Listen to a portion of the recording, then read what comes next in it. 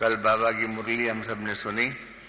आज हमको कहा गया है, पिछले 2 साल से हमको यही ड्यूटी मिलती है कि बाबा की मुरली सुनते हैं, उसके बाद दूसरे दिन उसी मुरली के ऊपर थोड़ा गहन चिंतन करना। जैसे गाय होती है, वो गाय घास खा लेती है और उसके बाद उसको उगाती रहती है, हजम करना पड़ता है, डाइजेस्ट करना पड़ता है। तो उसी प्रकार से बाबा की कल की मुलाकात जो है, कल की जो मुरली जो है, उसको हम रिवाइज करेंगे। ये हम सबका कल सौभाग्य था कि भारतवासियों के लिए जो पहली सीजन शुरू हुई, इसकी पहली मुरली है। इस वर्ष की जो सीजन जो है, इसकी ये पहली मुरली है। और आप जानते हैं परमात्मा के 3 स्वरूप है, बाप है, टीचर है और सद्गुरु है।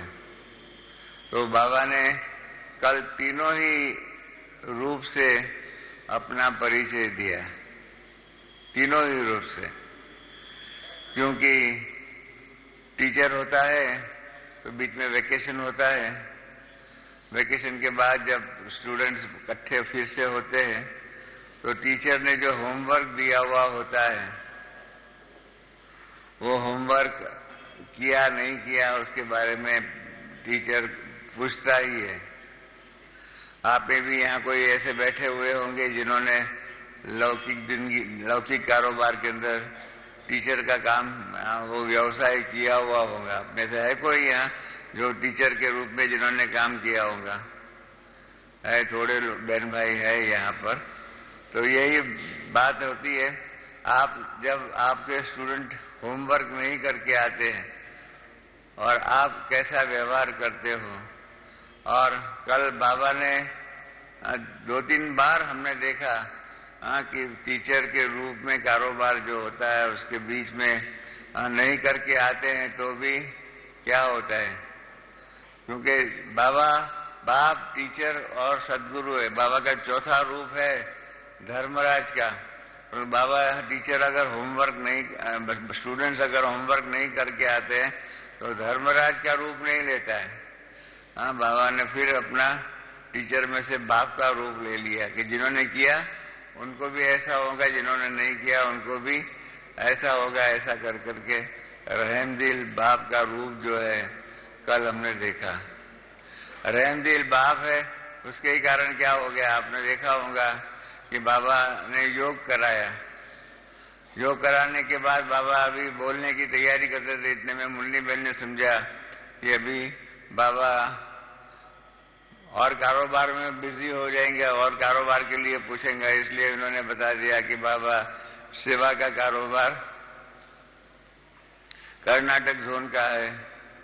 तो बाबा ने मुस्कुरा करके कहा, पहले मैं याद प्यार बच्चों को दे दूं और उसके बाद ये सारा कारोबार करते हैं। तो हमने देखा, हम लोग भले कुछ भी करें, आप हमारे संस्कृत अंग्रेजी में भी कहते हैं, your face is your mirror.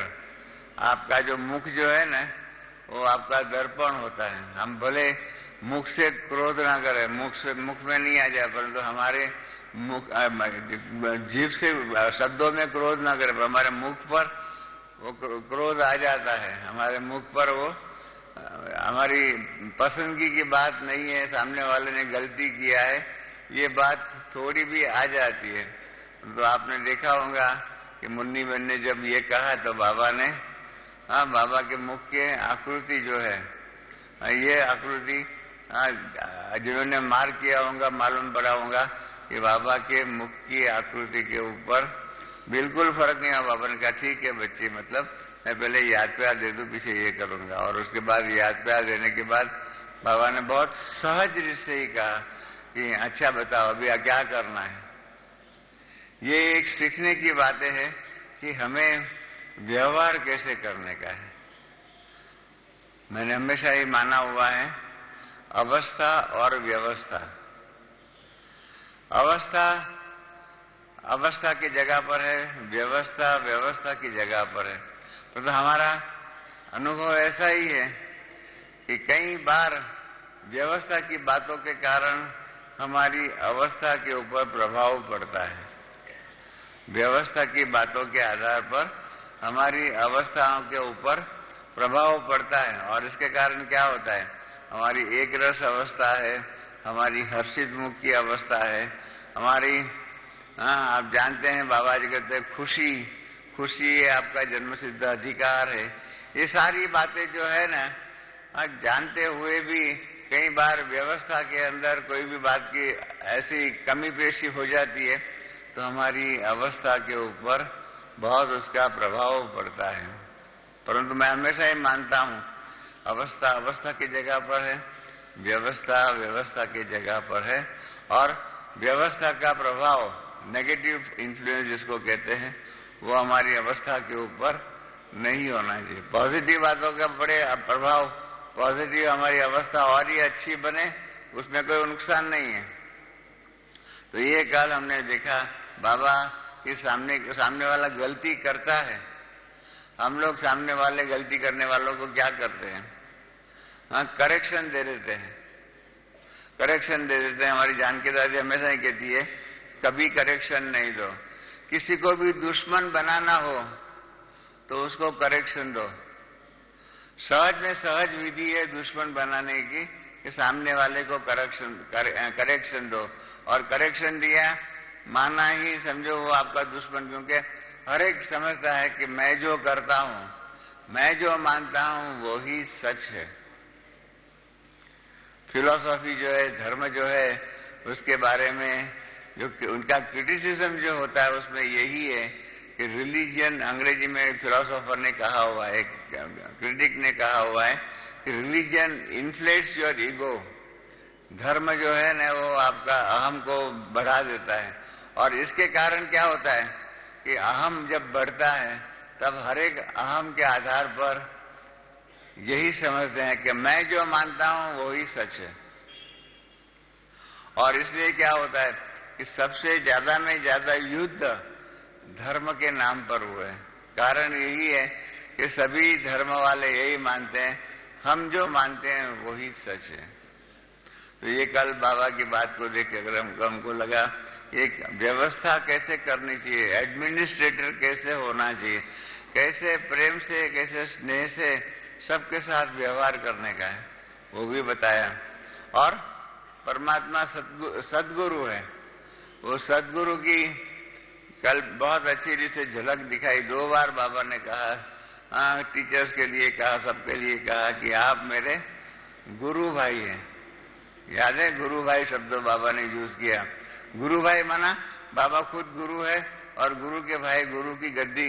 बाबा जब नहीं होते मुरली के कारण, आप मुरली सुनाने के लिए स्टेज पर बैठते हैं तो आपको गुरु के रूप में अर्थात बाप समान बन करके बैठना है, और बहुत सुंदर गुरु भाई के रूप में बाप समान बन करके टीचर का, आदर्श शिक्षक का, आदर्श टीचर का व्यवहार कैसे होना चाहिए वो भी बाबा ने बताया। तो बाप का तो बताया, परंतु साथ साथ ये भी बताया। पहली बात जो है बाबा की जो मुरली जो शुरू हुई उसमें बाबा क्या करते हैं, आप सब नोट करते ही होंगे। बाबा हमेशा ही पहले शब्द यूज करता है आज। हमारा आज की मुरली में बाबा क्या कहते हैं, और क्या कहते हैं, आज अपने चारों ओर के श्रेष्ठ सम्मानदारी। ये जो है ना, हम लोग शब्दों की गहराई में नहीं जाते, ये हकीकत है। सबसे इम्पोर्टेंट सारे मुरली के अंदर पहला ही वाक्य होता है, और उसमें बाबा कहते हैं चारों ओर के। चारों ओर का अर्थ क्या हो गया, अगर बाबा सामने के वाले बच्चे जो होते हैं उनको कहना होता तो बाबा यही कहते आज सामने बैठे हुए बच्चों को ऐसा कहते हैं। आप समझ गए, सामने वाले बैठे, हमने सामने बैठे हुए थे तो फिर चारों ओर को क्यों कहा, चारों ओर के कहा इसके कारण कि जो सामने भी है, आगे पीछे भी है, जहां भी है, न सिर्फ सुनने, सामने भी है, टेप के द्वारा सुनते हैं, या भविष्य में भी सुनने वाले। चार मतलब आगे पीछे ऊपर नीचे सभी प्रकार के हैं। साकार बाबा की भी मुरली में कई बार बाबा ने कहा है कि मैं चारों ओर के बच्चों को देख करके मुरली चलाता हूँ। कारण कि कहीं भविष्य में आने वाले बच्चे हैं, उनको भी बाबा याद करके वर्तमान की मुरली के अंदर भविष्य के बच्चों के लिए भी मार्गदर्शन दे रहे हैं, वो बता रहे हैं। तो ये बहुत इंपॉर्टेंट शब्द है कि चारों ओर के ही बाबा इनवॉक्स जो है सबको अपने सामने में ला करके मुरली चलाते हैं। इसलिए सिर्फ हम बच्चे नहीं जो सामने बैठ करके सुन रहे हैं वही नहीं, सिर्फ टेप में या तो कंप्यूटर के द्वारा या तो सैटेलाइट के द्वारा देखने वाले नहीं, परंतु सारी दुनिया के जो भी आने वाले भविष्य के भी बच्चे जो है, जो भी है, सभी को बाबा कह रहे हैं। और उनको देख करके, और उनको बाबा ने पहले ही बता दिया, सम्मान की बात बताई। बाबा का साहित्य बहुत सुंदर है, लिटरेचर। बाबा ने लिटरेचर के रूप में शुरू के महावाक्य जो बताया, पहला पैराग्राफ जो है बहुत ही सुंदर बताया। सम्मान की बात कही कि आप जैसा विशेष विश्व में कोई आत्मा नहीं है सम्मान में। और 10 बातें कही है हमारे सम्मान के बारे में, हमारी ऊंचता के बारे में, हमारी श्रेष्ठता के बारे में, हमारी महानता के बारे में बाबा ने कल 10 बातें कही है। अब एक एक बात जो है ना, उसका विस्तार में जाए तो 1-1 घंटा चाहिए। तो बाबा के पास ये खूबी है, ये हम सब बच्चों को समझना है कि विस्तार को सार में कैसे कह सकते हैं। हम लोग सार को विस्तार कर सकते हैं, सार का विस्तार करना बहुत आसान है। जैसे दादी जानकी ने कई बार कहा है कि बात होती है वही, बड़ी बात को भी छोटी करना, उसमें ही तो महानता है। बाकी छोटी बात को बड़ी करके बताना वो तो बहुत इजी बात है, और हम सब उसमें एक्सपर्ट हैं। छोटी बात को बड़ी बात करके ऐसे ही उसमें इसकी रोचक बातें कर देते हैं। कैसे लगता है कि जैसे कि बहुत आकाश टूट गया, एटम बम फट गया, ऐसे इतनी बहुत बड़ी विस्तार से बात करते हैं। परंतु बड़ी बात को छोटी करना, विस्तार को सार में लाना, ये बहुत कठिन बात है। जिन्होंने साहित्य का अभ्यास किया हुआ होगा उनको ही मालूम है कि विस्तार को साहित्य के क्षेत्र में सार में प्रस्तुत करना ये बहुत कठिन बात है। और बाबा ने 10 बातों को 3 लाइन के अंदर या 4 लाइन के अंदर बता दिया। 10 बातें, मैंने आपको कहा ना, एक एक बात के ऊपर एक एक लेक्चर हो सकता है, कि किताब हो सकती है, इतना उसका विस्तार है। उस विस्तार को बाबा ने एक शब्द में कह दिया। जैसे कहा कि आप विश्व की आत्माओं के पूर्वज है। पहला हमारा स्वाभिमान जो है, सम्मान जो है वो ही है। पहली हमारी खूबी है, स्पेशलिटी है कि हम विश्व की आत्माओं की पूर्वज है। एक पूर्वज है, फिर दूसरा बताया उनके लिए आप पूज्य हो। जब पूज्य कहते हैं ना, तब पूज्य के अंदर 3 बातें आती है। कई पूज्य ऐसे होते हैं जिसका सिर्फ गायन होता है, कई पूज्य ऐसे होते हैं जिसका सिर्फ पूजन होता है, और कई ऐसे हैं जिनका गायन और पूजन दोनों होते हैं। 3 प्रकार के पूजनीय आत्माएं हैं दुनिया के अंदर। बाबा ने सबको एक सार में बता दिया। आप विश्व के आत्माओं के पूर्वज भी है, पूज्य भी है। फिर ये सृष्टि रूपी वृक्ष के जड़ है।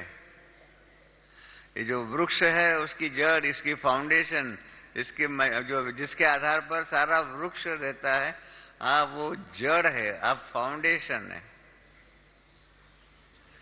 सभी धर्मों के प्रति समभाव रहे, इसके लिए एक अव्यक्त मुरली है। उसमें बाबा ने कहा है कि आप सृष्टि रूपी वृक्ष की जड़ में है, और इसी वृक्ष से सभी धर्म निकले हुए हैं। जब सभी धर्म इसी वृक्ष से निकले हुए हैं, तो आप किसी से द्वेष कैसे कर सकते हैं? किसी के साथ फालतू में बहस क्यों कर सकते हैं? किसी के साथ धर्म के नाम पर हिंसा कैसे कर सकते हैं? तो ये बाबा ने तीसरी बात बताई कि सारे कल्प वृक्ष के, सृष्टि रूपी वृक्ष के आप जड़ हो। और चौथी बात बताई कि आप आधार मूर्त हो, सारे विश्व का आधार मूर्त। हाँ, हम हैं। जैसे वो होता है ना, वराह अवतार आपने देखा होगा, सुना होगा कि पृथ्वी डूब रही थी, तो परमात्मा ने वराह के रूप में अवतार लेकर के पृथ्वी को आधार मूर्त बन करके पृथ्वी को जो गिर रही थी, डूब रही थी, उससे निकाल करके ऊपर लाए। तो आधार मूर्त वो चौथी बात है। फिर बाबा ने बताया कि आप पूर्वज पहली रचना भी है, हम फर्स्ट क्रिएशन है। फर्स्ट क्रिएशन बनना बहुत बड़ा सौभाग्य की बात है। घर में भी क्या होता है, घर में भी हम माताएं सभी जानते हैं, घर में भी बड़ा बच्चा होता है, उसका बहुत रिस्पेक्ट होता है। राजा भी होता है, राजा के 3 बच्चे होते हैं, तो राज्य अधिकारी कौन बनता है? राज्य अधिकारी बड़ा ही बच्चा बनता है। छोटा 10 मिनट का भी फर्क होगा ना, तो भी 10 मिनट पहले वाला जन्म लेने वाला कहेगा मैं बड़ा हूं, मैं पहली रचना हूं, मैं पहले आया हुआ हूं। तो ये और कहना में भी आता है तो हमारे लौकिक दुनिया के अंदर कि बड़ा बच्चा बाप समान और बड़ी बच्ची माँ समान। तो ये पहली रचना जो है, हम ये है पहली रचना है। फिर बाबा ने क्या कहा? फिर यही कहा कि आप बच्चे प्रकृति जीत भी है। प्रकृति जो है, कुदरत जो है, 5 तत्व जो है, वो 5 तत्वों को अपनी दासी बनाना, उसके ऊपर जीत पाने वाले हम हैं। इस प्रकार से बाबा ने हमारी महिमा की हुई है। फिर ज्योति स्वरूप, आप बच्चे हम क्या है, हमारी आइडेंटिफिकेशन भी बाबा ने बता दिया कि आप ज्योति स्वरूप है। फिर 9 नंबर की बात है कि आपने परमात्मा को पा लिया है। हमने गॉड रियलाइजेशन जिसको अंग्रेजी में कहते हैं, वो हमारा गॉड रियलाइजेशन भी हुआ है। और फिर लास्ट में बाबा ने 10वीं बात बताई कि प्रवृत्ति में रहते हुए भी हमने चैलेंज दिया हुआ है कि हम प्रवृत्ति में रहते हुए भी पवित्र रह सकते हैं। और इसीलिए बाबा ने बहुत सुंदर बताई। अभी तक तो बाबा यही कहते थे, शांति हमारा स्वधर्म है और अहिंसा परमो धर्म। आप जानते हैं देवताओं की महिमा में 16 कला संपूर्ण, संपूर्ण निर्विकारी, मर्यादा पुरुषोत्तम, शांति स्वधर्म और अहिंसा परम धर्म। कल बाबा ने शांति और अहिंसा की बात ना करते हुए पवित्रता के बारे में कहा कि पवित्रता भी हमारा स्वधर्म है। परधर्म मुश्किल होता है, स्वधर्म सहज होता है। तो इसलिए अगर पवित्रता हमारा स्वधर्म है, इसको हम समझ लेते हैं। हमारा जो है और हमारे एक गीत बना हुआ है पवित्रता के बारे में, बहुत सुंदर गायन गाया हुआ है, उसके अंदर साधना सरगम ने गाया है। बहुत सुंदर पवित्रता क्या है, उसकी बहुत सुंदर डेफिनेशन। जैसे वैष्णव किसको कहते हैं, वो जो नरसिंह मेहता का भजन है, इसी प्रकार से इतना ही सुंदर हमारा ये पवित्रता के ऊपर का गीत है। कभी हमारे भाई सुनाएंगे, उसने रिकॉर्ड किया हुआ है अपना, वो कौन सा है, वो आंखें का दिखाई नहीं पड़ता है ना, ऐसा कौन है वो, उसने रिकॉर्ड किया है। तो ये पवित्रता हमारा स्वधर्म है और ये पवित्रता को हमने जीवन में धारण किया हुआ है। तो ये हमारी दुनिया को चैलेंज है। तो ये 10 बातें बताई बाबा ने हमारे सम्मान की, हाँ, हमारे विशेषताओं की, हमारी महानता की, हमारी श्रेष्ठता की। इन 10 बातों को उसकी गहराई में जाए तो बहुत ही उसका विस्तार है। फिर क्या कहा बाबा ने? इतिहास, बाबा एक बहुत सुंदर इतिहासकार भी है, हिस्टोरियन भी है। बाबा को पुरानी बातें बहुत याद रहती है। मैं हमेशा ही कहता हूं कि ब्रह्मा बाबा जो है आदि कवि है। सतयुग का पहला साक्षात्कार ब्रह्मा बाबा ने किया, वो तो आप सब जानते हैं कि कैसे बाबा ने साक्षात्कार किया, कैसे पहले सारा आकाश जो है वो पहले उसमें खून आदि जो भी है विनाश का साक्षात्कार किया और उसके बाद स्थापना का साक्षात्कार किया। और फिर बाबा ने वो आकाशवाणी सुनी कि ये सब करने का निमित्त आपको बनना है।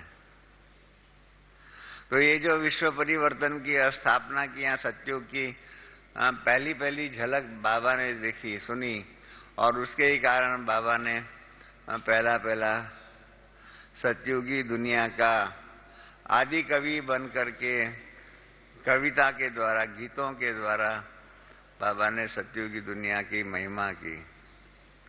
दुनिया ब्रह्मा बाबा के इस पात्रता को, इस रोल को नहीं जानती, ये हकीकत है।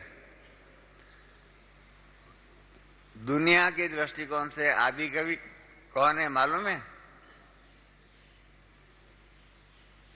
दुनिया की दृष्टिकोण से आदि कवि कौन है? किसने गाया हुआ है? पहले खबर है, मालूम है? आपने संस्कृत में श्लोक पढ़ा होगा कि एक वो गिर गया, एक जो है पंखी जो है उसको शिकारी ने तीर लगाया और वो पंखी जो है घायल हो गया, नीचे गिर गया और उसमें से उस व्यक्ति के मुख से संस्कृत का श्लोक निकल गया, वाल्मीकि। मां निषाद, हे शिकारी तुम उसका शिकार मत करो। तुम अगर उसको जीवन दान नहीं दे सकते हो तो उसका जीवन जो है, उसकी आत्मा जो, उसकी मृत्यु करने का तुम निमित्त नहीं बन सकते हो। ये श्लोक सुनकर के, कहानी है, श्लोक सुनकर के ब्रह्मा वहां प्रकट हुए और ब्रह्मा ने वाल्मीकि को कहा कि तुम आदि कवि हो और आदि कवि के रूप में राम का जो है महिमा जो है उसको रामायण के रूप में लिखो। ये साहित्य की दुनिया में जिन्होंने अनुभव किया होगा, अभ्यास किया हुआ होगा, उनको मालूम है कि आदि कवि साहित्यकारों की दुनिया के अंदर वाल्मीकि हैं। परंतु उन्हें मालूम ही नहीं है कि ब्रह्मा ने वाल्मीकि को नहीं कहा, परंतु ब्रह्मा बाबा ने खुद ने ही वाल्मीकि बनकर के, खुद ने ही आदि कवि बनकर के नई दुनिया के गीत पहले बनाए। जो दोनों कल जो गीत बाबा ने रेफर किए, वो दोनों ही गीत बाबा ने बनाए हुए थे। ये जो कल बाबा ने पहला गीत बताया कि शुरू का एक गीत ने भी सेठ स्वामी लेकिन एक अलफ को नहीं जाना है, एक यो गीत, और दूसरा बाबा का बना हुआ गीत है कि पाना था सो पा लिया। कल बाबा ने 3 गीत का रेफरेंस दिया, 2 ब्रह्मा बाबा के बने हुए। एक तो ब्रह्मा बाबा का गीत था कितने भी सेठ स्वामी लेकिन एक अलफ को नहीं जाना। दूसरा बाबा का गीत था पाना था सो पा लिया। और तीसरा बाबा ने हंसी हंसी में हम बच्चों का गीत का रेफरेंस किया।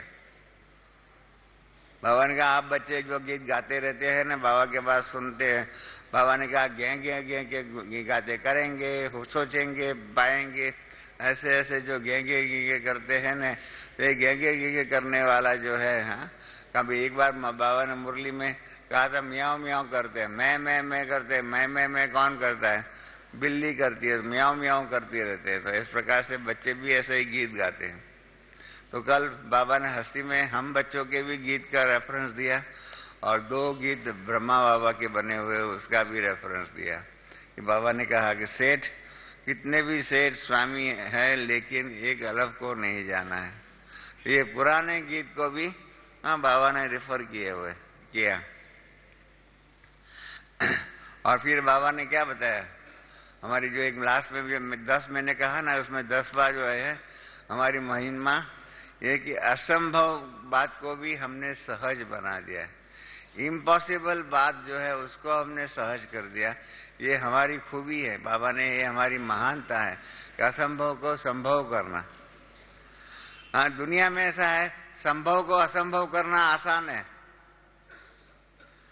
कठिन सहज बात को कठिन करना ये पंडितों का लक्षण है। एक फिलोसोफर ने कहा हुआ है, पंडित कौन, विद्वान कौन? तो उन्होंने कहा हुआ है कि सहज बात को सहज रूप में कभी भी नहीं समझे वो पंडित। सहज बात को सहज रूप में कभी भी नहीं समझे वो पंडित। वो सहज बात को कठिन करेगा और कठिन करके कठिन रूप में कठिनता को सहज रूप में समझने का प्रयत्न करे वो पंडित। आपके लिए कठिन बात हो जाएंगी, परंतु ये हकीकत है। जैसे योग का हम कहते हैं, बाबा ने बता दिया योग माना परमात्मा को याद करना, ये सहज है, परंतु पंडित ऐसा नहीं समझते। हमने इंटरनेशनल कॉन्फ्रेंस में बताया हुआ है योग का अर्थ। हमने कहा yoga means remembrance of God, तो सब कहते हैं ये क्या है, this is not scientific definition. हमने इंटरनेशनल कॉन्फ्रेंस में कहा हुआ है योग माना, जो बाबा ने सहज बताया है, योग माना परमात्मा की सहज याद। फिर हमने जब देखा कि ये पंडित लोग हैं, पंडित लोग सहज बात को सहज रूप में नहीं समझेंगे, उनको कठिन रूप में बताना पड़ेगा, और वो कठिन बात को कठिन रूप में उसको सहज करके समझने की कोशिश करेंगे। तो हमने उनको कहा योगा मीन्स, मैं आपको कठिन डेफिनेशन बताता हूं, yoga means unconsciously conscious consciousness of supreme consciousness. कुछ समझ में आया आपको?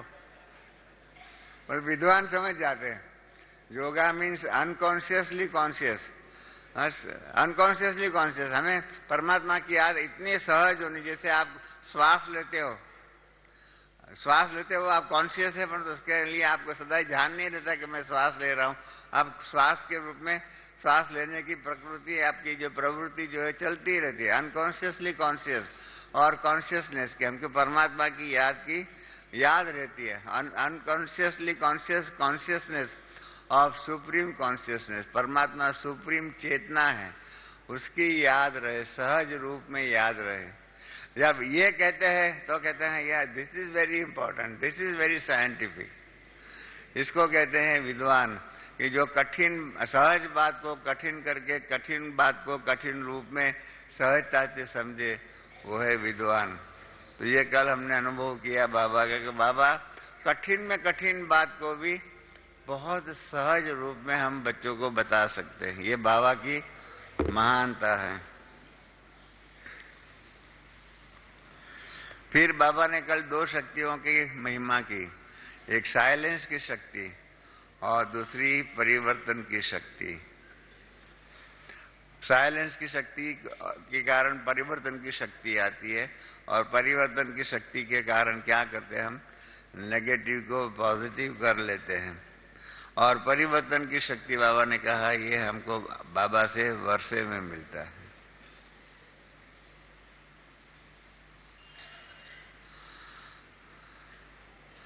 दादी जानकी ने बहुत सुंदर अभी हमारी मीटिंग में क्लास कराया था, उसमें कहा कि आज की दुनिया में सहन करने की शक्ति सब में है,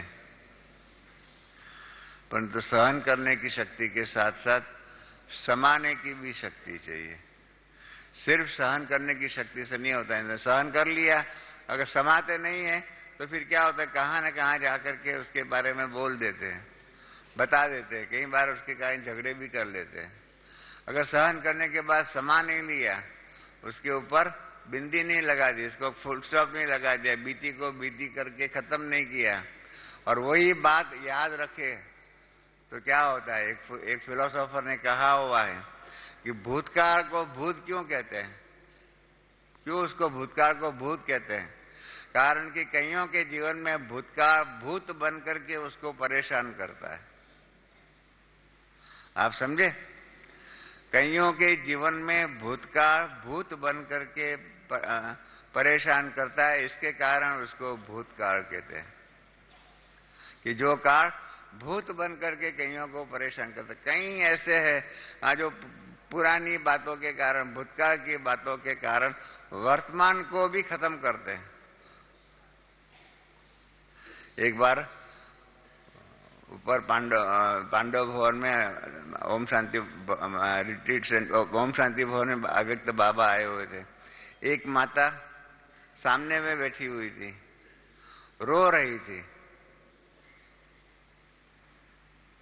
थी। तो बाबा का ध्यान उसके ऊपर गया। बाबा ने कहा, बच्ची क्यों रो रही हो? तो माता ने कहा कि बाबा, मैं इसलिए रो रही हूं कि मैंने आपसे अभी तक आपको पहली बार ही मिल रही हूं। मैं अगर पहले ज्ञान में आ गई होती तो कितना अच्छा होता। तो मैं पहले से ज्ञान में नहीं आ सकी, इसी बात के कारण अभी मैं रो रही हूं। तो बाबा ने कहा, तुम ज्ञान में पहले से नहीं आ सकी, उस बात को क्यों याद रखे? अभी तो वर्तमान में तुम मेरे सामने बैठी हुई है, तो वर्तमान का सुख ले लेना। वर्तमान के सुख को भूतकाल की बातों के आधार, वर्तमान के सुख को दुख में रूपांतर क्यों करती हो? हम लोग 95% बहन भाई ऐसे हैं कि जो वर्तमान के सुख को भूतकाल की बातों के आधार पर वर्तमान के सुख को, सुख के बदले में दुख का उसका रूपांतर कर देते हैं, वर्तमान के सुख को। और बाबा ने तो कल भी कहा, जो भविष्य का जो है उसको याद करके उसके महिमा में रहो। परंतु क्या है, भूतकाल को हम भूल नहीं सकते, ये हकीकत है। हमें जो बिंदी लगानी चाहिए वो बिंदी नहीं लगाते। बाबा ने कहा है कई बार जो है हाथ हिल जाता है, बिंदी के बदले में क्वेश्चन मार्क हो जाता है, ये हकीकत है। तो इसलिए भूतकाल को भूलना बहुत कठिन बात है, बहुत कठिन बात है। भूतकाल आप हर एक आपने जीवन में देखना, दिन में 10 बार भूतकाल की बातों के आधार पर आप अपने आप को दुखी करते हैं, कम से कम 10 बार। अपने जीवन को आत्मनिरीक्षण कीजिए, कम से कम जीवन को, वर्तमान को, मतलब भूतकाल की बातों के आधार दिन में हम 10 बार दुखी करते हैं, ये हकीकत है। और इसलिए बाबा ने कहा हुआ है कि वर्षे को याद करो, भविष्य की बात को याद करो, बाप को याद करो और वर्षे को याद करो। वर्षा माना ही भविष्य। इसलिए बाबा ने कहा कि बाबा ने 2 शब्द कहा हुआ है गीता के सार के रूप में, मन मना भव, मध्याजी भव। बाप को याद करो, वर्षे को याद करो। वर्षा माना ही भविष्य। भविष्य को याद करके भविष्य का सुख को वर्तमान में अनुभव करो ना। क्यों भूतकाल के भूत की बातें, दुख की बातों को याद करते हो?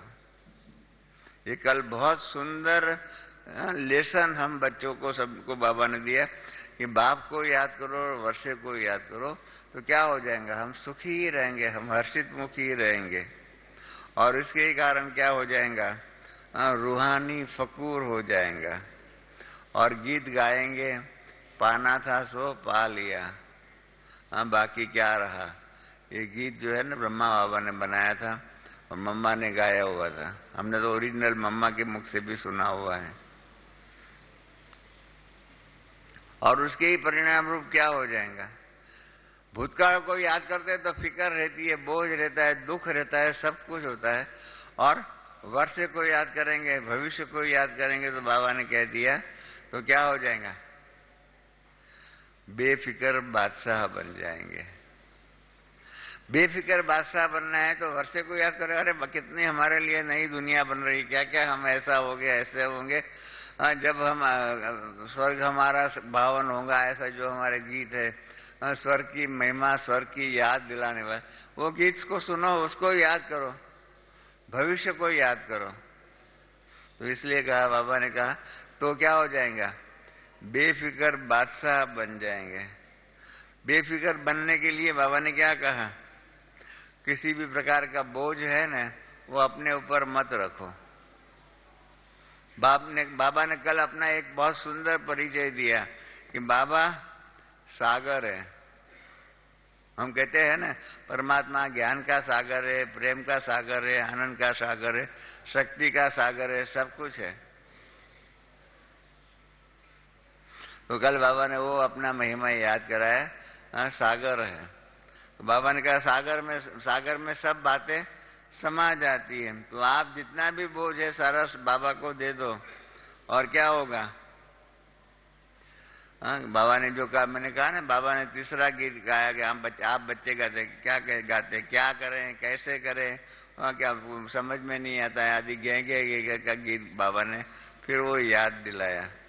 और इसलिए कल बाबा ने हम सभी बच्चों को साक्षी दृष्टा की सीट पर बैठने के लिए कहा। साक्षी दृष्टा की सीट पर बैठेंगे तो क्या हो जाएंगे, त्रिकालदर्शी की स्थिति हो जाएंगी और इसलिए कभी भी हम अपसेट नहीं होंगे। तो ये साक्षी दृष्टा की सीट के लिए हम बाबा ने बैठने के लिए बताया। और उसके अंदर क्यों साक्षी दृष्टा क्यों नहीं बन सकते हैं, हमारी डिफेक्ट जो है ना बाबा ने बता दी। हम सभी के अंदर 3 प्रकार की बातें हैं, जो 3 चीजें हैं वो हमको परेशान करती हैं। वो तो सबको मालूम है ना, सबको याद है। हम बाबा ने जैसे विदेशियों के लिए कहा है, विदेशियों के लिए बाबा ने कहा है कि विदेशियों को 3 चीज बहुत अच्छी लगती है। मालूम है, एक व्यक्त मुरली में बाबा ने विदेशियों की एक खूबी बताई है कि विदेशियों को 3 चीज बहुत अच्छी लगती है। मालूम है, मैं तो समझता हूँ भारतवासियों को भी वही अच्छी लगती होंगी। ऐसा नहीं है कि विदेशियों को अच्छी लगे। बाबा ने कहा कि विदेशियों को क्या अच्छा लगता है, आइसक्रीम। मैं समझता हूँ आप सबको भी आइसक्रीम तो अच्छा लगता होगा, लगता है ना, आइसक्रीम। दूसरा वेफर, आलू चिप्स होती है ना, वेफर होती है ना, वो बहुत अच्छी लगती है विदेशियों को। और तीसरा पिज्जा। हम लोग जो है बनाते हैं देसी, मतलब बनाते हैं वो चिल्ला बनाते हैं आदि जो भी बनाते हैं, इस प्रकार से वो लोग पिज्जा बनाते हैं। वो तीनों चीजें विदेशियों को बहुत अच्छी लगती है। वो उनकी, बाबा ने कहा ये तीनों ये चीजें जो है विदेशियों की कमजोरी है, वो 3 मिलती है तो बहुत खुश हो जाते हैं। तो उस प्रकार से बाबा ने हमारी 3 गलतियां का कमियां बताई। एक हमारा चंचल मन, दूसरा भटकती बुद्धि और तीसरा हमारे पुराने संस्कार। चंचल मन तो आप जानते हैं मन कितना चंचल है, उसके लिए तो हम चंचल मन को बंदर के साथ कईयों ने लिखा हुआ है, कई कवियों ने बताया भी है। हमारी बुद्धि भटकती रहती है इधर से उधर। कल ही हमको मिलने के लिए थोड़ी माताएं आई थी, इन्होंने आकर के यही कहा कि योग में हमारी बुद्धि भटकती रहती है, बाबा के ऊपर केंद्रित नहीं होती है। तो हमने देखा, कल जब बाबा ने जो कहा ना भटकती बुद्धि, और उसका बाबा ने जो रास्ता बताया, तो हमने कहा कि देखो वो माताओं जो आई थी उसने, उनका जो प्रश्न था वो बाबा के पास पहुंच गया और बाबा ने उसका जवाब भी दिया कि हाँ, तो आप बच्चों की भटकती बुद्धि है। और तीसरा पुराने संस्कार। और बाबा ने कहा कि आप मेरा संस्कार कहते हो ना, इसके कारण ये गलती हो जाती है, मेरा मेरा मत करो। एक बात है, आप कभी उत्तर हिंदुस्तान में जाओ ना तो मेरी, हम कहेंगे मेरी चीजें, मेरी चीजें। उत्तर हिंदुस्तान में मेरी शब्द का दूसरा भी अर्थ है। उत्तर हिंदुस्तान में कई जगह पर, मैंने कानपुर में वो सुना, सब जगह पर है या नहीं मालूम नहीं है। मेरी, जो कानपुर साइड के बैठे हुए होंगे उनको शायद मालूम होगा। हमने गंगे दादी के मुख से पहली बार सुना। इन्होंने कहा जाओ मेरी को बुलाओ। जब मैं कानपुर गया था ना तो उन्होंने विद्याबेन को कहा जाओ मेरी को बुलाओ। तो ऐसे मेरी शब्द अंग्रेजी होता है, अंग्रेज में होता है, अंग्रेज लोगों में मेरी होती है, मतलब उसको मेरी कहते हैं।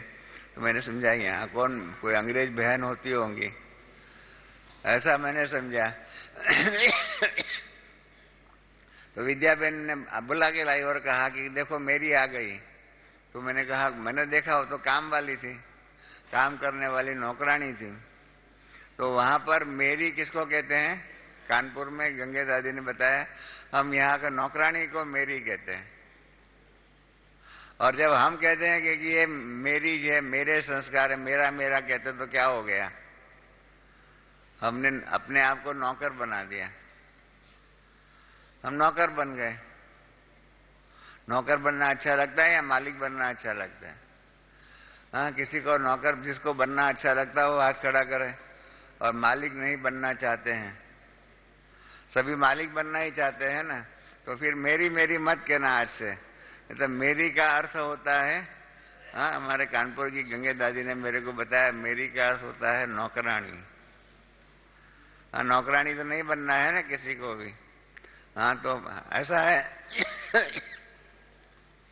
मीरा का भजन है, मीरा का भजन है, प्रभु जी मुझे चाकर राखो, चाकर रेसू भाग लगासू, नित नित गीत गोविंद के गासू, प्रभु जी मुझे चाकर राखो।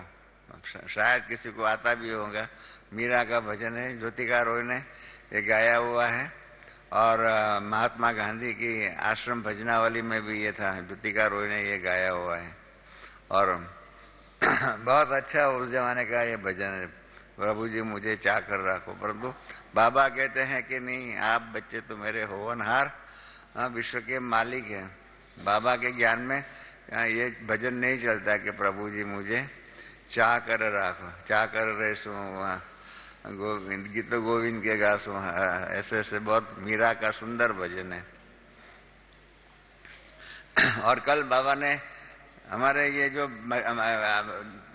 दुख के दिन जो है, या तो अन्य धर्मों के कारण जो दुख की बातें आती है, वो भी हम लोग कई बार कहते हैं ये सब द्वापर के हैं।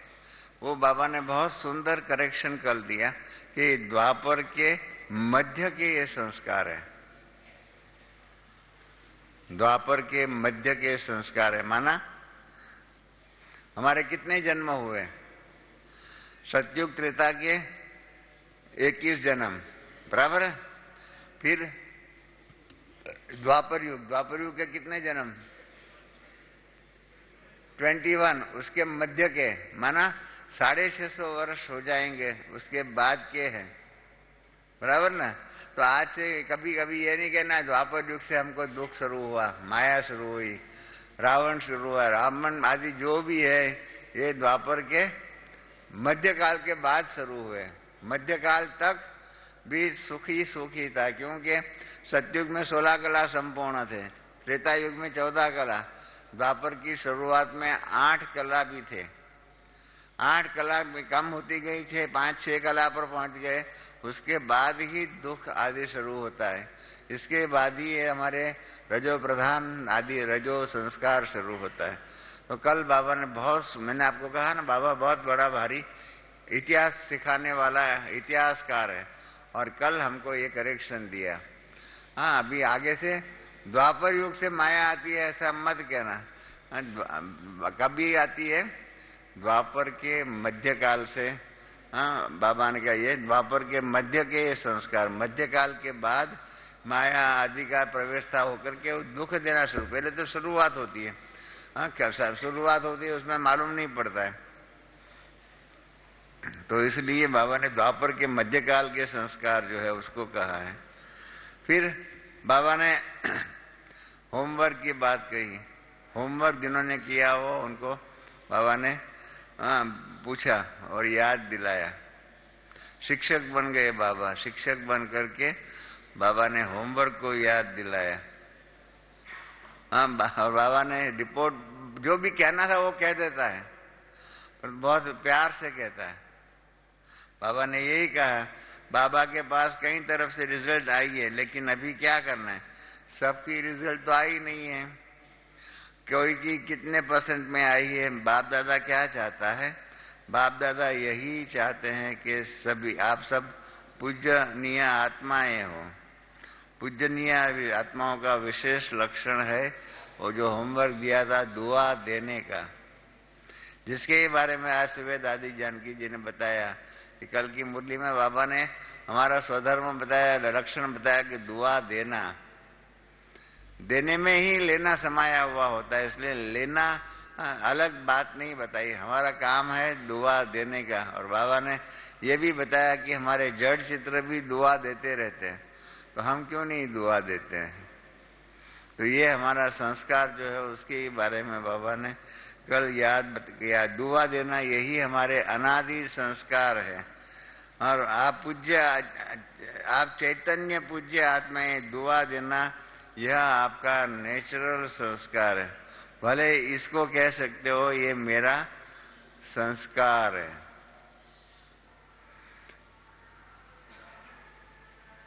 मैंने रिजल्ट में भी ये बातें बहुत एक बात सुंदर कही, जिन्होंने भी किया है उन सबको, चाहे वो यहाँ आए हैं या अभी नहीं आए हुए, इन सबको बाबा ने याद करके जिन्होंने किया है उनको ही कहा। हाँ, और जो भी नहीं आए हैं जिन्होंने किया है वो भी बाप के सामने ही ऐसा बताया।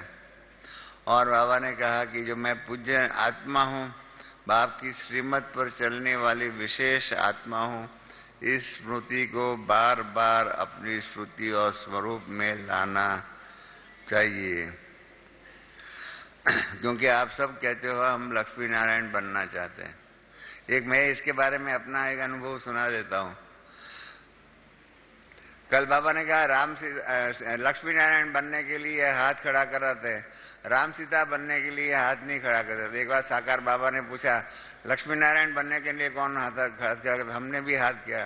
फिर राम सीता बनने के लिए कौन हाथ बने? तो मैंने उसमें भी हाथ खड़ा किया। तो बाबा ने कहा क्या? मैंने कहा बाबा आपने ये तो नहीं कहा है कि लक्ष्मी नारायण बनने वाला राम सीता नहीं बन सकता है। अगर हम लक्ष्मी नारायण भी बने और राम सीता बने तो उसमें क्या है? हमको तो डबल फायदा है। नुकसान क्या है? आपने कभी ये नहीं कहा है कि लक्ष्मी नारायण जो है वो राम सीता नहीं बन सकता है, राम सीता कोई और हो सकता है। अगर और कोई और होता हो तो और बात है, बाकी नहीं तो अगर राम सीता सतयुग में लक्ष्मी नारायण बनते हैं, त्रेता में राम सीता बनते हैं और द्वापर युग से फिर दूसरा बन सकते हैं, सब कुछ बने, उसमें क्या हो गया? तो बाबा ने कहा कि तुम हमारी बात का वकालत करता है, बहुत अच्छा है। बाबा ने कभी ये नहीं कहा कि लक्ष्मी नारायण बनने वाले राम सीता नहीं बन सकते। इसलिए बाबा का ये मैंने कहा बाबा आपने ये तो नहीं कहा राम सीता बनना कौन चाहते है? तो हम राम सीता भी बनना चाहते हैं, लक्ष्मी नारायण भी बनना चाहते हैं, दोनों बनना चाहते हैं। नुकसान क्या है? नुकसान है कोई समझता है कि लक्ष्मी नारायण सतयुग में लक्ष्मी नारायण बने और त्रेता युग में राम सीता बनना को मिले तो वो भी बन ले, दोनों पार्ट मिले तो नुकसान है किसी को? दोनों पार्ट प्ले करे। बाबा ने ये तो नहीं कहा लक्ष्मी नारायण बनने वाले राम सीता नहीं बनेगा। तो बाबा ने कहा कि आगे मैं ध्यान रखूंगा, लक्ष्मी नारायण यहाँ राम सीता ऐसा यहाँ कहूंगा बीच में।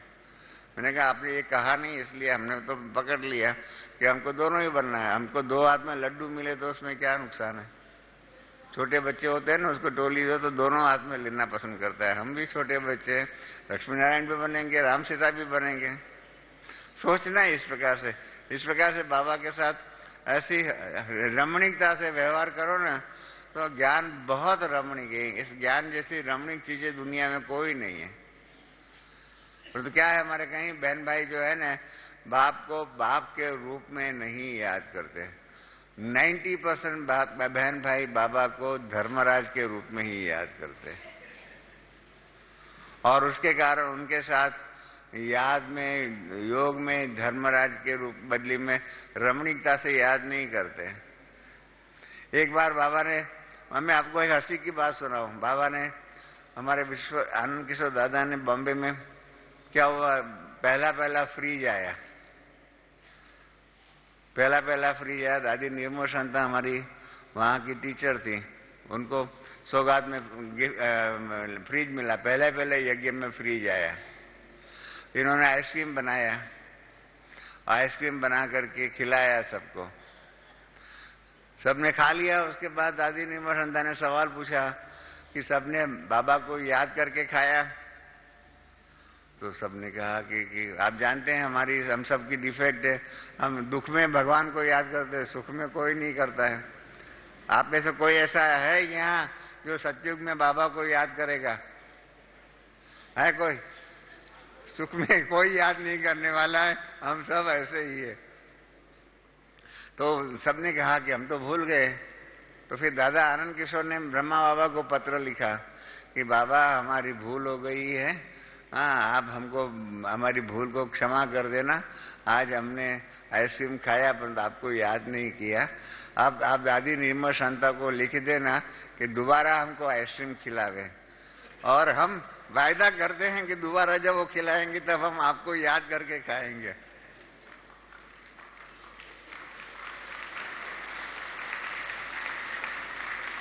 आप भी तैयार हो ना? हम बाबा की आइसक्रीम मिले तो बाबा को याद करके खाने के लिए तैयार हो ना?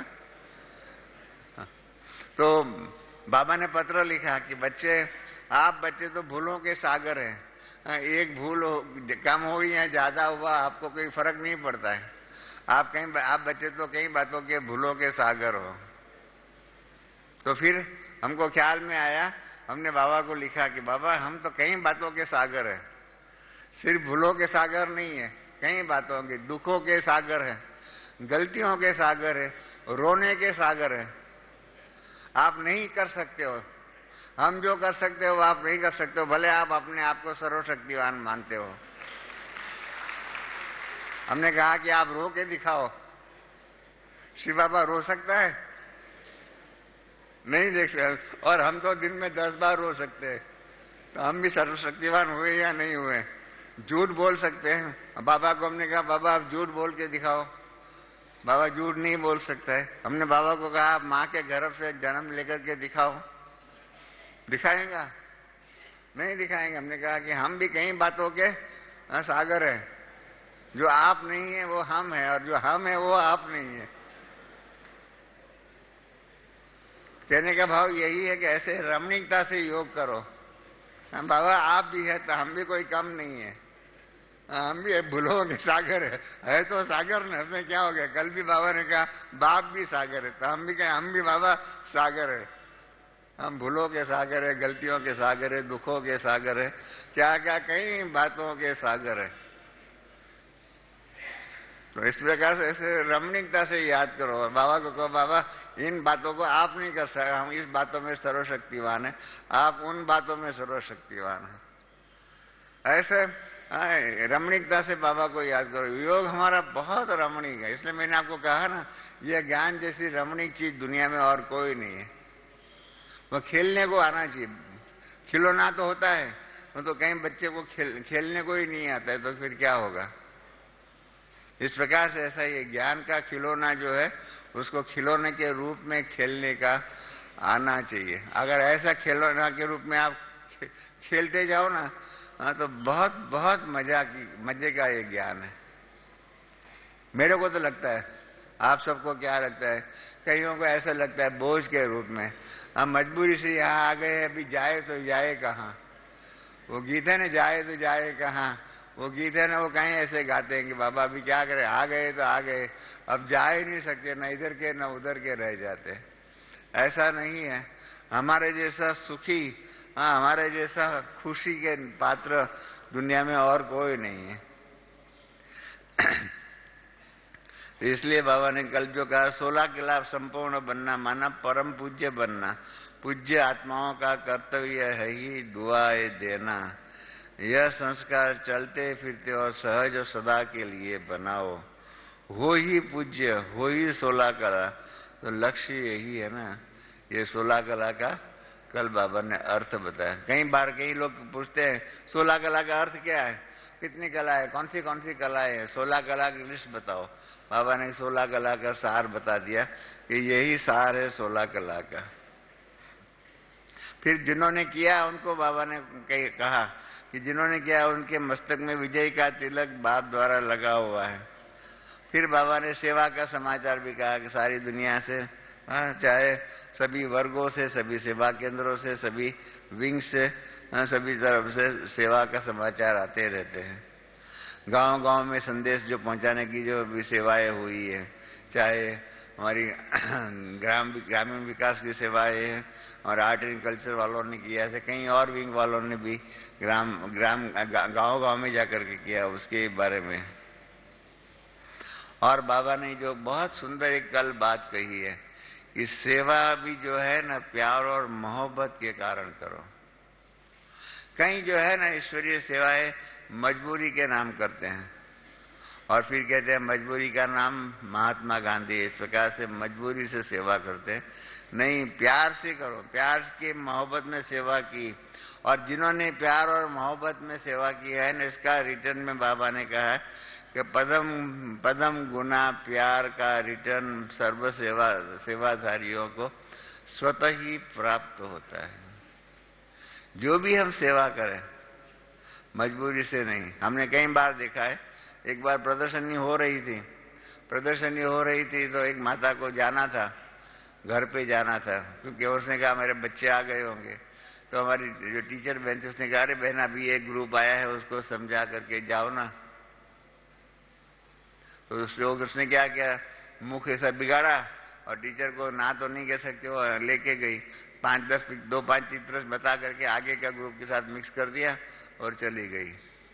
मतलब कई बार हम कई सेवाएं मजबूरी के आधार पर करते हैं, और मजबूरी के आधार पर की हुई सेवा का जो कल बाबा ने कहा, जो बहुत सुंदर प्यार और मोहब्बत के आधार पर की हुई सेवा जो होगी ना, उसका पदम पदम गुना प्यार रिटर्न में मिल सकता है।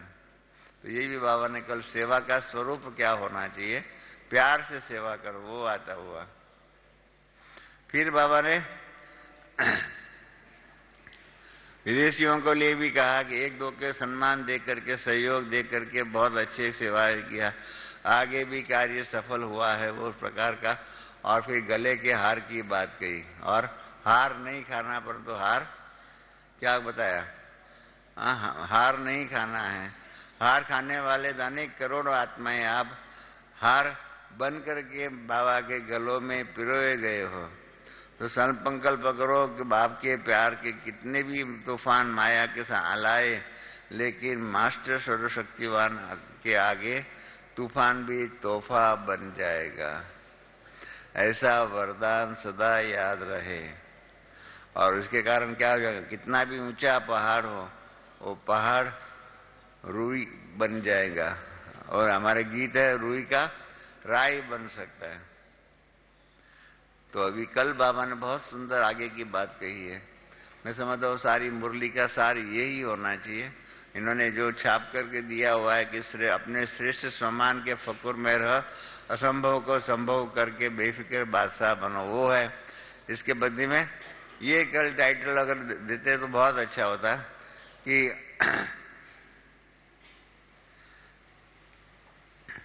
अभी समय की समीपता के प्रमाण। बहुत सुंदर बात है, मैं इसको खास डायरेक्ट पढ़ता हूं मुरली से ही। अभी समय की समीपता के प्रमाण वरदानों को हर समय अनुभव में लाओ, अनुभव की अथॉरिटी बनो।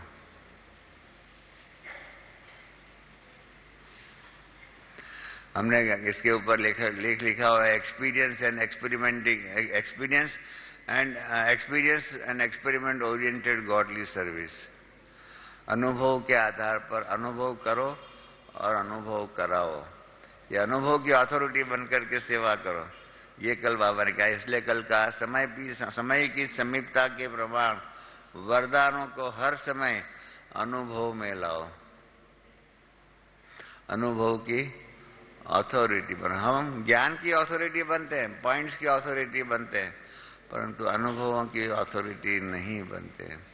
और जब तक हमारा अनुभव नहीं है कोई बात का, और अनुभव के आधार पर हम नहीं कहते हैं, पंडित के माफिक तोते के माफिक कहते हैं ना, मैं आपको गारंटी देता हूं कि तोतों के माफिक दिया हुआ किया हुआ ज्ञान क्लास कराया हुआ वो सब, उसका प्रभाव इतना पड़ना चाहिए, इतना नहीं पड़ता है जितना अनुभवों की अथॉरिटी के बनकर के करते हैं। और इसलिए बाबा ने कल डायरेक्शन दिया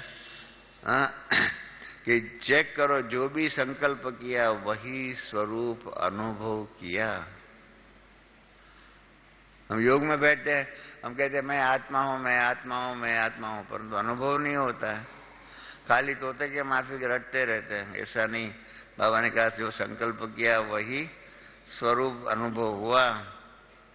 और बाबा ने फिर क्या हुआ, चारों ओर के पत्र आए हैं बाबा ने कल अमर भव का भी वरदान दिया हुआ है। बहुत सुंदर सुंदर कल वरदान दिए हैं, अनुभव की अथॉरिटी बनने का दिया वर्षा। कल बाबा ने अमर भव का वरदान भी बहुत समय के बाद फिर कल दिया। फिर कर्नाटक की पार्टियां मिली है, बाबा ने कर्नाटक की सेवा का बहुत महिमा किया। सारा परिवार कर्नाटक के खुश है, हम सब खुश है, वो बाबा ने बताया। और फिर बाबा ने कहा जो होमवर्क दिया पहले होमवर्क दिया था, वो 8-12 दिन में बाबा को याद करने के 5 स्वरूप की, वो होमवर्क था। अब हर एक ग्रुप को पिछले साल बाबा ने जो कहा था, उसमें कर्नाटक को कहा था वारिस क्वालिटी बना करके वारिस क्वालिटी का गुलदस्ता लेके आने का। तो बाबा ने वो याद कराया कि बाबा ने तो वो होमवर्क दिया था, वो किया। हाँ, तो बाबा ने वो भी किया। वारिस क्वालिटी निकालने के लिए याद है, बाबा ने कहा सिवा में तो अच्छा नंबर लिया, अब इतने वारिस निकालो जो नंबर 1 आ जाओ। जो निमित्त है वो तो है, अभी नए नए वारिस क्वालिटी को निकालो। वो बाबा ने कल उनको बताया। और हिम्मत से काम करो, बाबा ने वो भी कल बात कही। और भी कई बातें जो है मैं आगे थोड़ी, क्योंकि अभी 10 मिनट रही है, 3 पेज ही पूरा हुआ, अभी तो चौथा और 5-6 आधी मुरली बाकी है। कल मैंने रात को जान के उनको बताया, तो मैंने दादी को कहा कि आप मुझे 1 घंटा देते हो, जिस मुरली को बाबा को सुनने में 3 घंटा लगता है, उसको मैं 1 घंटे में क्या समाप्त कर सकता हूँ? तो क्या नहीं, आपको पूरा ही टाइम देंगे। मैंने कहा पूरा टाइम दो तो ठीक है, बाकी 1 घंटा देते हो और 3 घंटे की मुरली, बाबा को 3 घंटा लगे। मैं इतना कोई सर्वशक्तिवान नहीं हूं कि बाबा की 3 घंटे की बात को 1 घंटे में समाप्त कर सकता हूं। और बाबा ने कल फर्स्ट टर्न वालों को कहा, हाँ, फर्स्ट टर्न माना सब बातों में फास्ट तीव्र पुरुषार्थी। फिर विदेश की बात बाबा ने कही कि पहले विदेश में समझते थे कि स्टूडेंट बनना बहुत मुश्किल है। हमको याद है 71 में जब हम गए हैं,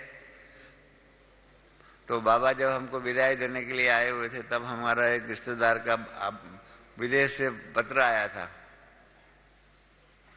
वो हमने बाबा को बताया। जब बाबा हमको विदाई देने के लिए आए, तो हमने कहा बाबा, हमारे रिश्तेदार ने हमको लिखा है कि आप हिंदुस्तान में भले पवित्रता की बात करो, यहां आकर के पवित्रता की बात नहीं कहना, यहां कोई पवित्रता को मानते ही नहीं है। ऐसा कोई आप कहेंगे नहीं तो कोई आपका सुनेगा ही नहीं। आपको पश्चिम की दुनिया के अंदर ईश्वरीय सेवा के अंदर परिवर्तन करना पड़ेगा। तो हमने बाबा से पूछा, तो बाबा ने कहा नहीं बच्चे, ऐसे नहीं है, वहां पवित्रता की बात कर सकते हो। मेरे कई ऐसे गुप्त रत्न हैं, गुप्त रत्न हैं, वो वहां पर है और उनको पवित्रता की बात अच्छी लगेंगी, और देखना वो सब बाबा के बच्चे बनकर के बाबा के सामने आएंगे। तो ये बातों में परिवर्तन करने की बात नहीं, हमारे सिद्धांतों में परिवर्तन हमको नहीं करना है, परंतु व्यवहार में परिवर्तन करना है। हमारी जो रीत रस्म जो है उसमें परिवर्तन करने का है। अभी हमारी जो मीटिंग हुई थी उसमें दादी जानकी ने अपना अनुभव सुनाया था। दादी जानकी लंदन में गई 74 में, तो उसके बाद वहां पर तो हिंदुस्तान के रस्म के हिसाब से सेवा करती थी। पत्र लिखना, पत्र के द्वारा जवाब लिखना, आने जाने के पत्र का द्वारा होता है। इतने में अफ्रीका जो है झाम्बिया, जहां से राम भाई ने हम लोगों को निमंत्रण दिया था, और दादी जानकी, मैं और उषा बहन झाम्बिया में गए थे और वहां की ईश्वरीय सेवा की स्थापना की थी। तो वो भाई पीछे बाद में लंदन में आया था, दादी जानकी से मिला था। तो दादी जानकी उस टाइम पर पत्र लिख रही थी, पत्र लिख रही थी। तो दादी ने पूछा, अब राम भाई ने उनसे पूछा, वो दादी का अनुभव है, मैं आपको शेयर करना चाहता हूं। तो दादी ने कहा कि मैं पत्र लिख रही, क्यों? तो कहा अभी अभी नई नई की जगह पर सेवा है, कईयों ने प्रश्न पूछे हैं, मैं उसका जवाब पत्र के द्वारा दे रही हूं। तो राम भाई ने कहा कि ये विदेश है, ये आपका भारत नहीं है। भारत में तो आज पत्र लिखो 2 दिन में पहुंच जाता है। हमारे बॉम्बे में क्या था, बॉम्बे में हम रात को 10 बजे सौराष्ट्र मेल चलता था, उसमें हम जाकर के पत्र डालते थे लेट फी का, ऊपर 4 आने का एक्स्ट्रा स्टैंप लगाते थे, तो दूसरे दिन सुबह 10 बजे ब्रह्मा बाबा के हाथ में पहुंचता था। 12 घंटे में पहुंचता था। रात को 10 बजे का पत्र सुबह 10 बजे पहुंच जाता था, क्योंकि यहाँ पर मेल सुबह आ जाता था 7 बजे और ऊपर पहुंच जाता था 10 बजे। परंतु विदेश में तो बहुत टाइम लगता है। हम लोग पहली बार जब गए 21 दिन तो पत्र आने में, फिर यहाँ से पत्र लिखने में 2 दिन, फिर 21 दिन आने में, तो 1.5 मास तो उसमें लग जाता था। और हमें मार्गदर्शन जो चाहिए मिलता भी नहीं था। तो वही बात राम भाई ने दादी को कहा कि दादी ये विदेश की बातें हैं, यहाँ पत्रों के द्वारा सेवा नहीं हो सकती है, आपको ये फोन उठाओ और फोन के द्वारा सेवा करो। तो दादी जानकी ने कहा मेरे तो भारत के संस्कार थे। मैंने कहा फोन का तो खर्चा बहुत आता है। कहा खर्च तो आएगा परंतु आपको समय को भी देखना है। समय को देख करके अगर आप पत्रों के द्वारा करेंगे सेवा नहीं बढ़ेगी, आपको फोनों के द्वारा ही कारोबार करना पड़ेगा। और उस दिन से दादी ने पत्रों के बदले में फोन का कारोबार शुरू किया और कहा कि 1 साल में ही अमेरिका, जर्मनी, ऑस्ट्रेलिया आदि सब स्थानों पर सेवा की स्थापना हो गई फोन के द्वारा। तो ये हमारा कारोबार के अंदर जो है हमारा परिवर्तन करना वो अलग बात है। सिद्धांत में परिवर्तन करने की जरूरत नहीं है। पवित्रता की बातें हैं, ज्ञान की सब बातें में वाजस में सिखाते हैं, सब बातें बताते हैं। और बाबा ने जो कहा कि ऐसे इन बातों को मानने वाले, उसमें दृढ़ विश्वास रखने वाले मेरे विदेश के अंदर बच्चे हैं, वो कल बाबा ने उसको स्वीकार किया और बताया भी सही। हाँ, आप सबको बताया विदेश के बारे में, विदेश की सेवा के बारे में। फिर बाबा ने दादी की निमित्त कहा, दादी के निमित्त नाम बहुत हो गया है, अब वही नाम जो है उसको काम के रूप में आपको लाना है, ये हकीकत है। अब दादी के कारण बहुत यज्ञ का नाम जो है सारी दुनिया में प्रसिद्ध हो गया है, क्योंकि दादी के जो अव्यक्त होने का समाचार जो है सारी दुनिया में टेलीविजन आदि में पहुंच गए, दुनिया के कोने कोने में पहुंच गया हुआ। ऐसे ऐसे ब्रह्मा कुमारी प्रकाश मणि ने शरीर छोड़ा, तो दादी के शरीर छोड़ने से भी बहुत अच्छी ईश्वरीय सेवा संदेश के रूप में हुई। तो बाबा ने कहा कि अभी बाप का नाम अभी प्रत्यक्ष हो गया, अभी नाम और काम, एक तो काम अभी आपको करना है। दादी ने नाम तो सिद्ध कर दिया, ये नाम और काम की बहुत सुंदर बाबा ने बात कही। और इसलिए बाबा ने कल दूसरा होमवर्क दिया, अभी चलती कला वाले नहीं बनो, उड़ने वाले बनो। आगे भी बाबा ने एक अव्यक्त मुरली में कहा हुआ है, चलती कला वाले समय तक समय पर मंजिल पर नहीं पहुंच सकेंगे। तो कई बार हम अपने यही कहते हैं, ए भाई इतने साल से ज्ञान में चल रहा है, या ये बहन इतने समय से ज्ञान में चल रही है। हाँ, हम अपना भी परिचय ऐसे बता रहे हैं, हम चल रहे हैं, सामने वाला भी यही परिचय देता है, ये चल रहा है। अब चलती कला वाले नहीं, मतलब कल बाबा ने कहा ये सबको ध्यान में रहे, चलने वाले नहीं उड़ने वाले। चलने वाले समय पर नहीं पहुंच सकेंगे, इसलिए उड़ने वाले बनना है। उड़ने के लिए क्या करो, डबल लाइट बनो, ऐसा बाबा ने कहा। फिर बाबा ने 3 विंग्स वाले जो है उनको वो मिल रहे हैं, उसके लिए भी बाबा ने ही कहा कि सभी वर्ग वाले अच्छी सेवा कर रहे हैं।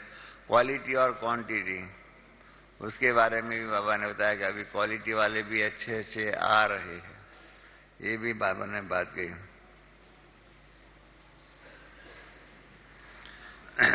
और दादी जी के बारे में बहुत सुंदर बताई बात बाबा ने कि दादी का मन संगम पर है और तन एडवांस पार्टी की तरफ है। कितनी सुंदर ऐसी बातें दुनिया में किधर भी कहां से भी कोई भी आपको नहीं बता सकेंगे। शरीर छूटने के बाद क्या होता है किसी को मालूम, बाबा ही त्रिकालदर्शी है, मास्टर सर्वशक्तिवान, अरे सर्वशक्तिवान है, हम बच्चों को मास्टर सर्वशक्तिवान बनाता है। और इसलिए बाबा ने कल दादी के बारे में सब बहुत सुंदर बात बताई कि दादी का मन संगम पर है और तन एडवांस पार्टी में। आज भी जो हमारी प्यारी मोहिनी बहन ने जो संदेश सुनाया, मालूम है ना, 3 प्रकार के सेंटर की बात कही, तो वो बताते हैं कि अभी भी दादी का मन जो है हमारे साथ में। फिर बहनों की जो टीचर्स की बहनों की बात निकली, उसमें बाबा ने जो बहनों ने बताया था, बहन बाबा हमारा संसार है। तो बाबा ने कहा कि अच्छी बात है, इसके कारण क्या होगा, कोई भी प्रकार का आकर्षण नहीं होगा, परमात्मा के साथ दिल का प्यार हो जाएगा। और बाबा ने जो कहा, जो प्यारा होता है उनके ही बोल सदा कानों में गूंजते रहते हैं, सदा बुद्धि में कानों में आवाज आता रहता है। दादी के दो शब्द निर्विघ्न और निर्विकल्प, ये दादी के दो शब्द बाबा ने याद कराए। और फिर बाबा ने कहा, दुनिया वाले हंसते, बाबा कहा कई बात बताती है, बहने के बारे में कहती है कि बहनें कुमारियों से सीधे दादी बन जाती है। कल वेदांती बहन ने क्लास कराया, आप सबने सुना होगा। वेदांती बहन तो कुमारी थी, सबने कहा कुमारी, वो माता बन गई। तो शुरू में तो वेदांती बहन को अच्छा नहीं लगता, ये क्या मुझे माता माता क्यों कहते। फिर मालूम पड़ा कि हमने इतना ज्ञान में जन्म देते हैं तो हम भी माता तो हो गए। फिर बाबा ने टीचर्स को गुरु भाई के रूप में भी याद दिलाया। तो बाबा एक बात चाहिए, सुनाए क्या? बाबा ने कहा, सब बाबा देखो पहले सम्मान देता है और उसके बाद आगे का करेक्शन देता है, और उसमें भी करेक्शन देने से पहले कहता है मैं बताऊं।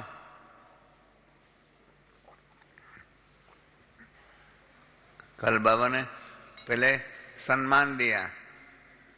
एक बात, जैसे सेवा में, हर कार्य में, हर डिपार्टमेंट में, हर वर्ग में, हर सेंटर, हर जोन सेवा बढ़ा रहा है, ऐसा कर करके सम्मान दिया, सम्मान दिया, सब कुछ किया। अभी आवश्यकता क्या है करके बाबा ने कहा मैं बताऊं। पूछा, माना करेक्शन देना हो ना तो कैसे देना चाहिए। मैंने आपको पहले ही कहा, जानकी दादी ने कहा है कि अगर किसी को दुश्मन बनाना हो ना तो उसको करेक्शन दो। करेक्शन दिया माना आपने उसको दुश्मन बनाया। अब बाबा ने बताया कल कैसा कितनी सुंदर तरीके से करेक्शन दिया, तो सामने वाला स्वीकार करता है। हम सब ने स्वीकार कर दिया, हम बाबा के दुश्मन नहीं बने। तो ये है, पहले सम्मान की सीट आपको देखो, उसकी महिमा करो, और उसके बाद छोटा सा करेक्शन, 2 शब्दों में करेक्शन, लंबा चौड़ा नहीं। हम तो करेक्शन के ऊपर लंबा चौड़ा भाषण दे देते, और उसमें भी जोश में आकर के, इतना जोश में आकर के हम करेक्शन देते हैं कि सामने वालों की दिल टूट जाती है, वो स्वीकार नहीं करता है। इसलिए बाबा ने कहा कि 2 बातें कही, एक तो एकता और इकोनॉमी की। अभी हमारे में एकता बढ़नी चाहिए, और भी बढ़नी चाहिए, और हमारे व्यवहार में इकोनॉमी है। सब बातों की, सिर्फ धन की बात नहीं है, हमारे पुरुषार्थ में, हमारे समय में, हमारे व्यवहार में, सब बातों में इकोनॉमी होनी चाहिए। और सम्मान देना और सम्मान लेना, ये 2 बातें करनी है। एकता, हर एक को सहयोग की अंगुली है ही, चाहे महारथी है, चाहे थोड़ा कम पुरुषार्थी है, लेकिन हर एक का सहयोग तो है ही है। कल बाबा ने बताया कर्मयोग करने वाले जो है ना, उसकी भी इतनी इम्पोर्टेंस है। मैंने कल ही सुबह एक पार्टी को बताया था कि कर्मयोग भी इतना ही जरूरी है। हम सब यहाँ मुरली सुनते थे, परंतु जो हमारे किचन के अंदर इतने बहन भाई जिन्होंने अपनी त्याग तपस्या बाबा की मुरली सुनने का सौभाग्य छोड़ करके वहां बैठ करके खाना बनाया, खाना पका रहे थे, हम सबको मालूम था कि हम यहाँ से उठेंगे, हमारे लिए खाना तैयार होगा। इसलिए सब निश्चिंतता से यहाँ बैठे थे, बराबर ना, सब निश्चिंतता से यहाँ बैठे हुए थे। कारण यही था कि मालूम था कि वो लोग अपना कर्मणा सेवा के द्वारा हमारे लिए खाना तैयार रखेंगे। तो ये सारी बातें जो है, कि कर्मणा सेवा की भी इतनी इम्पोर्टेंस है, इतना ही वो भी जरूरी है, हर चीज की जरूरत है, ये बाबा कहते हैं। फिर बाबा ने माताओं की महिमा की, वो तो हम सबका अनुभव है कि जिस सेंटर पर माताएं ज्यादा होती है, से सेंटर पर सेवा करती है, वहां का भंडारा और भंडारी सदा ही भरपूर रहते हैं। जब बाबा ने भंडारा और भंडारी की बात कही, वो भरपूर रहता है ना, तब हमको दीदी का याद आया। दीदी ने शरीर छोड़ा ना, बॉम्बे में उनका ऑपरेशन हुआ था, तो डॉक्टर भगवती जो है ना, इन्होंने ऑपरेशन किया था। और ऑपरेशन में बाद में दीदी को भी होश में ही नहीं आई और शरीर छूट गया। तो बाबा ने बहुत सुंदर कही, जैसे कल भंडारा और भंडारी कहा ना, उस प्रकार से बाबा ने कहा कि दीदी ने शरीर जो छोड़ा ना, उसमें भगवान न भगवती दोनों कुछ नहीं कर सके। भगवान और भगवती, क्योंकि ऑपरेशन करने वाला डॉक्टर भगवती था और इसलिए भगवान भी बाबा ड्रामानुसार कुछ नहीं कर सका। तो इस प्रकार से भगवान और भगवती, इस प्रकार से कल भंडारा और भंडारी बाबा ने दो शब्द याद किया। और बाबा ने माताओं के लिए कहा चाहे कमाते नहीं है, हाँ, परंतु फिर भी सेवा कर सकती है। और इसका बचत का है, प्रूफ है। हमारे दिलवाड़ा का मंदिर में सब बातों की प्रूफ है। दिलवाड़ा के अंदर एक गोखला है, एक कॉर्नर है, वो देरानी जेठानी का गोखला है। आप लोग यहाँ नहीं गए हो तो जाना, हो देखना उधर। एक कॉर्नर जो है ना, वो देरानी और जेठानी जो है ना, इन्होंने अपनी बचत से वो बनाया हुआ है। मैंने कमाई खुद ने नहीं किया, पति ने जो भी घर खर्च के लिए पैसा दिया उसमें से अलग थोड़ा थोड़ा करके रखा और उसके आधार पर वो अपना भी नाम प्रसिद्ध कर दिया, अपना भी भविष्य बना दिया। तो इसलिए कल बाबा ने यही कहा, हाँ, चाहे कमाती नहीं है परंतु दिल बड़ी है। हमने अनुभव किया हुआ है, कई लोग बहुत कमाते हैं परंतु दिल बड़ी नहीं होती ना, दिल छोटी होती है। तो और उसके कारण क्या होता है, अपना भविष्य नहीं बना सकते। मैं हमेशा ही कह रहा हूं, मैं हमेशा ही सबको कहता हूं, अपना धन हमारे ही उन्नति के लिए, हमारे ही आबादी के लिए, हमारे ही परिवर्तन के लिए, हमारे ही ईश्वरीय सेवा में हम नहीं लगाएंगे तो हम किसके लिए लगाएंगे? तो हमारी ये बात कई लोग सुनते नहीं है और अपना भी धन होता है ना, ऐसे ही रख देते हैं। भर्तृहरि ने संस्कृत में बहुत सुंदर श्लोक कहा हुआ है कि इस दुनिया में महान दानी कौन है?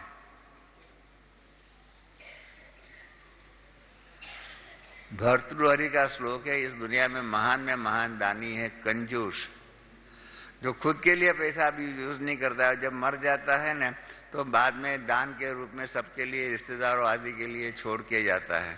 तो इसलिए ऐसे कटाक्ष के रूप में, क्रिटिकल रूप में कहा है उसने कि कंजूस। तो हमारे में से कई ऐसे बहन भाई हैं, अपना ही धन हम सफल करना नहीं जानते हैं। ये एक करुण वास्तविकता है। क्योंकि मेरा तो डायरेक्ट यज्ञ के कारोबार के कारण धन के साथ संबंध है, इसलिए मैं आपको सही बताता हूं। कई हमारे बहन भाई जो है ना, अपने धन को सफल कैसे करना चाहिए वो नहीं जानते हैं। हकीकत है,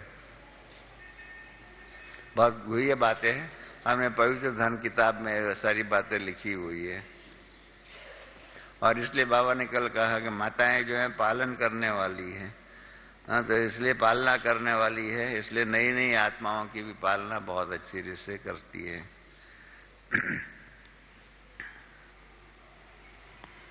बाकी तो सारी बातें जो है बाबा ने कल सुनाई। 5वां ये टीचर्स के लिए भी बताया है, गुरु भाई के बारे में अर्थ बताया, गुरु भाई कौन है, हाँ, बाप समान है। ये सारी बातें जो है करना ही है। टीचर्स को क्या करना है, स्टूडेंट्स के आगे एक निमित्त, साकार रूप में बाप समान है। टीचर्स का हर कर्म स्टूडेंट के आगे बाप समान दिखाई दे। ये बहुत सुंदर कल बात बाबा ने टीचर्स के लिए, टीचर्स को जिज्ञासु क्या चाहते हैं, वो जिज्ञासु की चाहना जो है, इच्छाएं जो है ना, वो बाबा ने अपने नाम पर जिज्ञासुओं की चाहना रखी है। अगर हमारी टीचर्स बहन भाई जो भी हैं, हमारे कई भाई भी टीचर्स, ऐसा नहीं है कि सिर्फ बहनें हैं, बहन भाई ये बात समझ ले और बाबा की ये बात, ये जो है वो टीचर्स के लिए अर्थात स्टूडेंट्स की भी जो चाहना जो है ना, उसको उस प्रकार से समझ ले तो बहुत सुंदर आदर्श टीचर बन सकती है और हमारी ईश्वरीय सेवा श्रेष्ठ बन सकती है। कल जो बाबा ने टीचर्स को कहा, ये टीचर्स अगर उस बात को जीवन में धारण कर ले, और हम सब टीचर्स हैं, ऐसा मत समझो कि टीचर और है, हम सब टीचर हैं, क्योंकि हमारा भाग्य हमें ही बनाना है। तो इसलिए ये सारी बातें हैं। बाबा ने कल बातें कही है। बाकी तो दादियों से जो बात किया वो तो आगे चल करके आप पढ़ लेना। अभी समय भी हो चुका है, हमने ज़्यादा समय थोड़ा ले लिया। तो कल की बात जो है फिर इस मुरली को फिर से याद रखो, फिर से उसको पढ़ो, कम से कम 2-3 बार पढ़िए। और कल की मुरली में कई बातें जो जीवन व्यवहार में लाने के लिए बाबा ने कहा है उसको याद करके अंडरलाइन करके करेंगे ना तो बहुत सुंदर ईश्वरीय सेवा हो सकती है और अपने जीवन को भी श्रेष्ठ। क्योंकि पिछली मुरली में 15 तारीख की अव्यक्त मुरली में बाबा ने यही कहा है कि सेवा का उमंग बहुत है, स्व परिवर्तन का उमंग बहुत कम है। स्व परिवर्तन और सेवा तब दोनों का बीच में बैलेंस रख करके काम करना चाहिए। और बाबा ने 6 मास दिया हुआ है। तो कल की मुरली में जो स्व परिवर्तन की बात कही है उनके आधार पर जो 6 मास में स्व परिवर्तन और सेवा का बीच का जो बैलेंस लाने के लिए कहा है ना उसको धारण करेंगे। तो ये 15 तारीख की मुरली के कंटिन्यूएशन में ये कल की मुरली है, उस प्रकार से समझ करके करेंगे तो क्या होगा, बाबा का एक के बाद लिंक के रूप में जो मुरली चलेंगी ना उसको आप उस लिंक में समझ सकेंगे, तब उसका सच्चा फायदा ले सकेंगे। बाकी नहीं तो यही है। एक अव्यक्त मुरली में बाबा ने कहा है बच्चे 2 कानों का बहुत अच्छा उपयोग करते हैं, मालूम है? बाबा ने जो कहा हुआ है एक मुरली में, बच्चे 2 कानों का उपयोग बहुत अच्छा करते हैं। इस कान से जो जाता है ना दूसरे कान से फट से निकल जाता है, और इस कान से जो जाता है ना वो फट से अंदर यहां से निकल जाता है। बहुत कम है जो उसके अंदर जाता है। कारण यही हम सुनते बहुत है परंतु धारण बहुत कम करते हैं। अगर 15 तारीख की मुरली और उसके बाद में कल की मुरली को धारण कर ले तो हमारे जीवन व्यवहार में जमीन आसमान का परिवर्तन आ सकता है, इतना परिवर्तन हो सकता है। तो हम सबको ऐसे अपने जीवन को श्रेष्ठ परिवर्तन लाने का हम बल मिले और हम अपना समय सफल करें, यही शुभ भावना। ओम शांति।